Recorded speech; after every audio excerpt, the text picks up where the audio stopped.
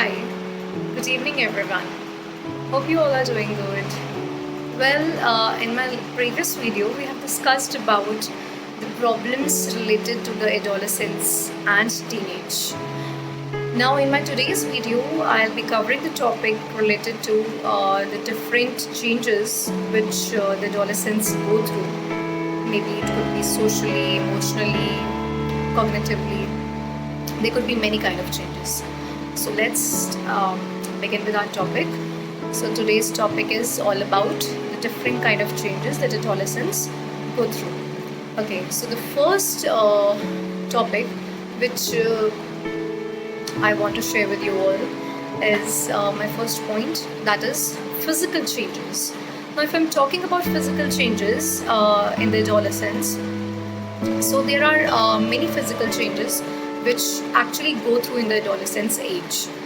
You must have heard the term puberty. So what do you understand basically about puberty is that is actually an early adolescence period. It's an early adolescence period which actually leads to release of certain kind of hormones in adolescents' bodies.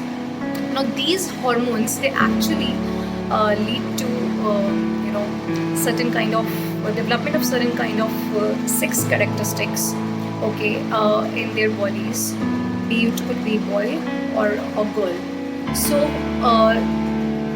these physical changes, they are reflected to they're basically dependent upon puberty. All right. Now these physical changes, it could be increase or decrease of height or weight. It could be some problems related to internal organs or external organs.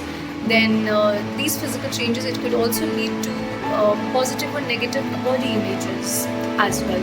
And these physical changes actually make them feel mature more or less than with others. So these are all the physical changes which differ in boys and girls in this kind of age. All right. Now, then the other changes which the adolescents go through in this age basically are your cognitive changes. Now, if I'm talking about cognitive changes, first you must be aware. You should be aware actually about the term cognitive. Now, if I'm talking about cognitive changes, what do you mean by the word cognitive? Cognitive understands means actually to think hypothetically. It means to think hypothetically. Now, hypothetically, basically, you mean that you are allowing yourself to develop more and more of reasoning skills in you. Okay. Now, if an individual develops his or her reasoning skills, that is called cognitive development or a cognitive change. All right. Now, your thought, rationally, and your perception, and all these three words, thought, I'm repeating them again, thought, rationally, and your perception, they play a very important role in these social changes. Now, many times what happens, structural and functional brain changes, they contribute to vulnerability like risk-taking and increased sensitivity to mental illness. So these cognitive changes, so they should always be kept in mind while you are dealing with adolescent problems too. Okay, then there are some other changes which you can see in the adolescence. They are your social changes. Now, how are the social changes developed over the time? Now, actually, social changes, it means establishing a sense of identity or establishing a role and purpose. Now, it is actually, an outward sense of oneself.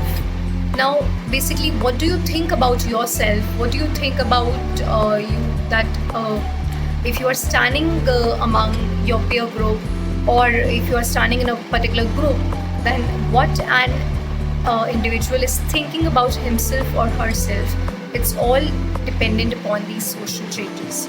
All right. Then if I talk about these social changes, here the body image plays an important role. It's a key factor here. So basically, what happens with adolescents nowadays, when they are standing with the groups, they actually start judging their body, that how they are actually looking. Uh, somebody feels nice, somebody feels ugly. These are all your perceptions which go on in your mind regularly. All right. Then here, developing a sense of self and identity, especially for the girls and family and the peers, they play an important role. All right. Now, supporting adolescents to achieve these adult roles is really, really important. Now, if I'm talking again about social changes only, then risk taking is a natural part here, because this age group allows themselves to take the risks naturally.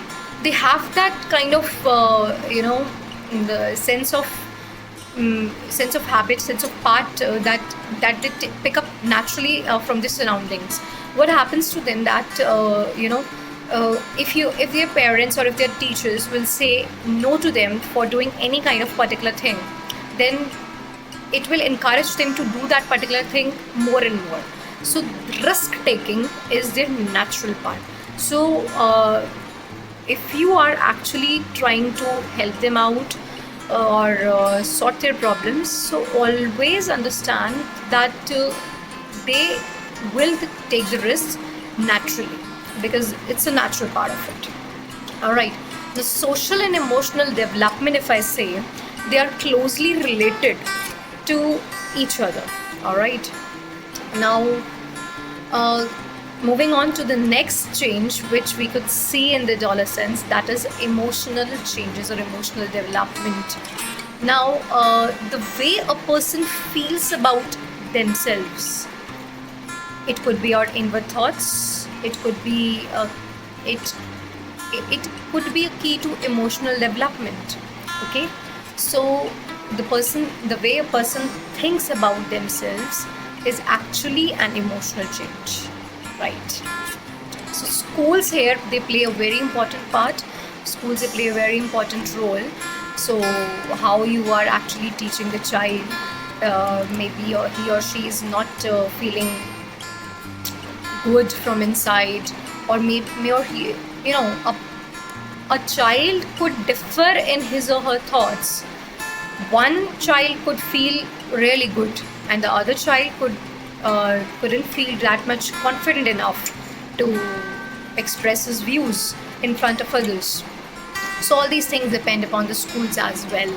Schools is a very important part, but if not just schools, even the family plays a very important part here. Yes. So because they develop the social and emotional learning and having developed policies of these children. Now, if I say about all these changes, so one should keep in mind all these changes when we are working with how to deal with the problems of adolescence and teenage. Because if we are not keeping in mind all these things, we cannot work out with all those things, with all those problems. So we have to take out a crux of all of them, that these are the natural changes which go on in this age, and then we have to deal with the problems, whatever is actually going on in their lives. Just sitting with them and listening to them will never always do good. We have to understand these factors first of all, that from where they are actually coming.